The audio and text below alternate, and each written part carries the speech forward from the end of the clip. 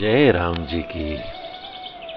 श्री वाल्मीकि रामायण अयोध्या कांड सर्ग संख्या 104।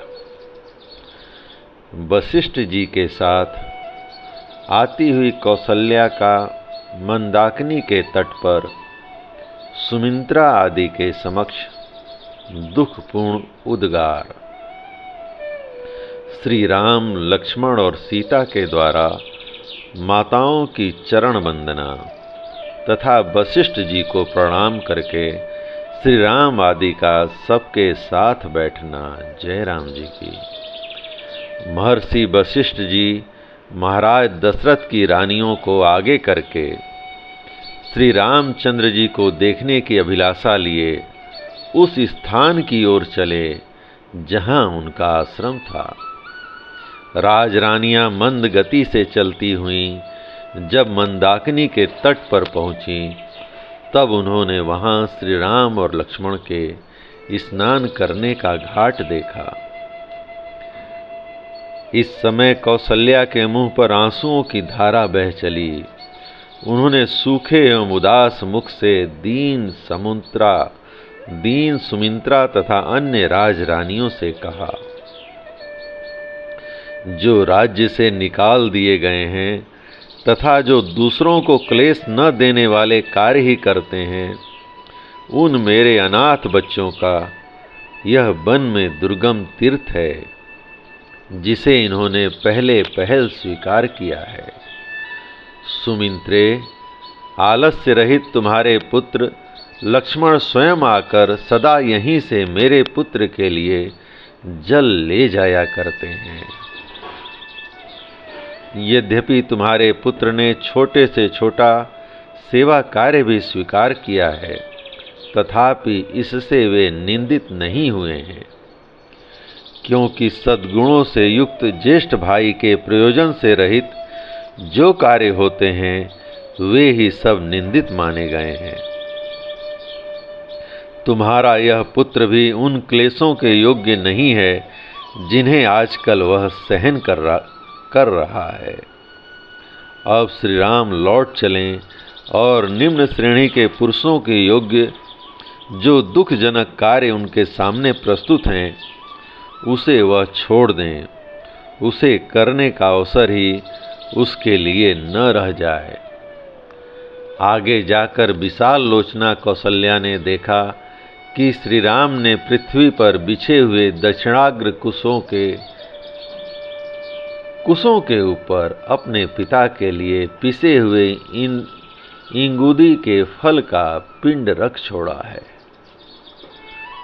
दुखी राम के द्वारा पिता के लिए भूमि पर रखे हुए उस पिंड को देखकर देवी कौसल्या ने दशरथ की सब रानियों से कहा, बहनों देखो, श्री राम ने इक्ष्वाकु कुल के स्वामी रघुकुल भूषण महात्मा पिता के लिए यह विधि पूर्वक पिंड दान किया है। देवता के समान तेजस्वी वे महामना भूपाल नाना प्रकार के उत्तम भोग भोग चुके हैं। उनके लिए यह भोजन मैं उचित नहीं मानती। जो चारों ओर समुद्र तक की पृथ्वी का राज्य भोग कर भूतल पर देवराज इंद्र के समान प्रतापी थे, वे भूपाल महाराज दशरथ पिसे हुए इंगुदी फल का पिंड कैसे खा रहे होंगे। संसार में इससे बढ़कर महान दुख मुझे और कोई प्रतीत नहीं होता है। जिसके अधीन होकर श्री राम समृद्धशाली होते हुए भी अपने पिता को इंगूदी के पिसे हुए फल का पिंड दे रहे हैं।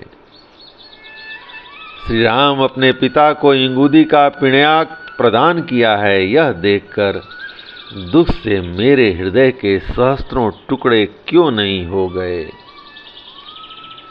यह लौकिक श्रुति निश्चय ही मुझे सत्य प्रतीत हो रही है कि मनुष्य स्वयं जो अन्न खाता है उसके देवता भी उसी अन्न को ग्रहण करते हैं।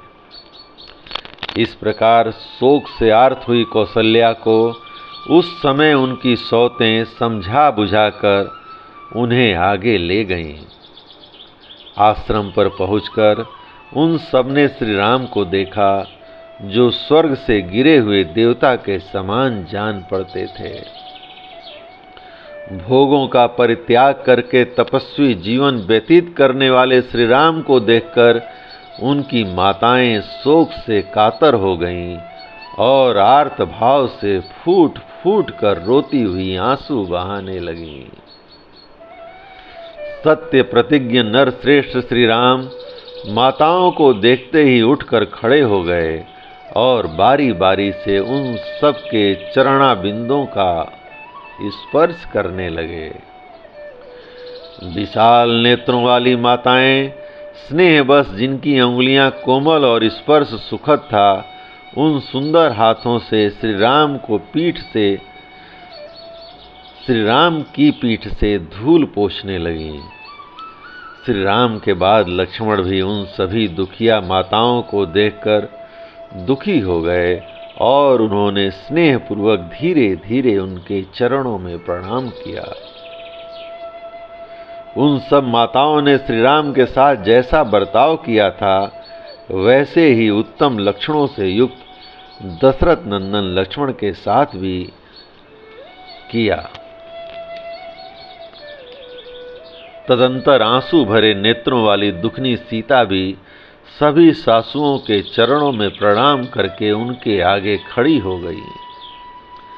तब दुख से पीड़ित हुई कौसल्या ने जैसे माता अपनी बेटी को हृदय से लगा लेती है, उसी प्रकार वनवास के कारण दीन दुर्बल हुई सीता को छाती से चिपका लिया और कहा, विदेह राज जनक की पुत्री,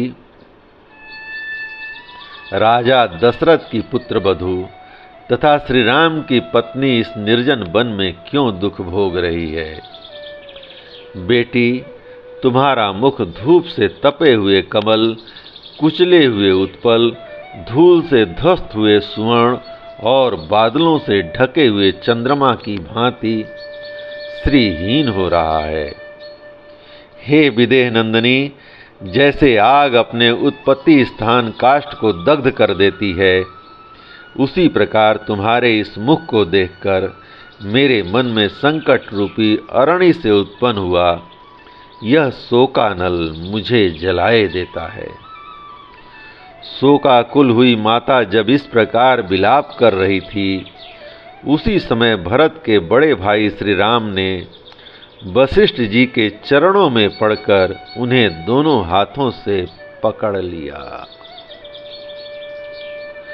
जैसे देवराज इंद्र बृहस्पति के चरणों का स्पर्श करते हैं, उसी प्रकार अग्नि के समान बढ़े हुए तेज वाले पुरोहित वशिष्ठ जी के दोनों पैर पकड़कर श्री रामचंद्र जी उनके साथ ही पृथ्वी पर बैठ गए। जय राम जी की। तदंतर धर्मात्मा भरत एक साथ आए और अपने सभी मंत्रियों, प्रधान पुरवासियों, सैनिकों तथा परम धर्मज्ञ पुरुषों के साथ अपने बड़े भाई के पास उनके पीछे जा बैठे।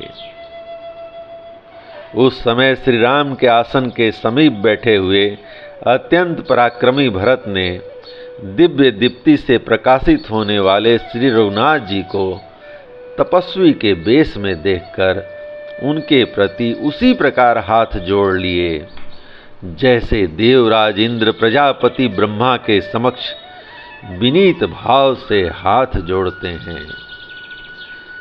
उस समय वहां बैठे हुए श्रेष्ठ पुरुषों के हृदय में यथार्थ रूप से यह उत्तम कौतूहल सा जाग उठा कि देखें ये भरत जी श्री रामचंद्र जी को सत्कार पूर्वक प्रणाम करके आज उत्तम रीति से उनके समक्ष क्या कहते हैं। वे सत्य प्रतिज्ञ श्री राम, महानुभाव लक्ष्मण तथा धर्मात्मा भरत, ये तीनों भाई अपने सुहृदों से घिरकर यज्ञशाला में सदस्यों द्वारा घिरे हुए त्रिविध अग्नियों के समान शोभा पा रहे थे। जय राम जी की। इस प्रकार श्री वाल्मीकि निर्मित आर्ष रामायण आदि काव्य के अयोध्या कांड का 104वां सर्ग प्रभु श्री राम की कृपा से पूर्ण हुआ। जय राम जी की।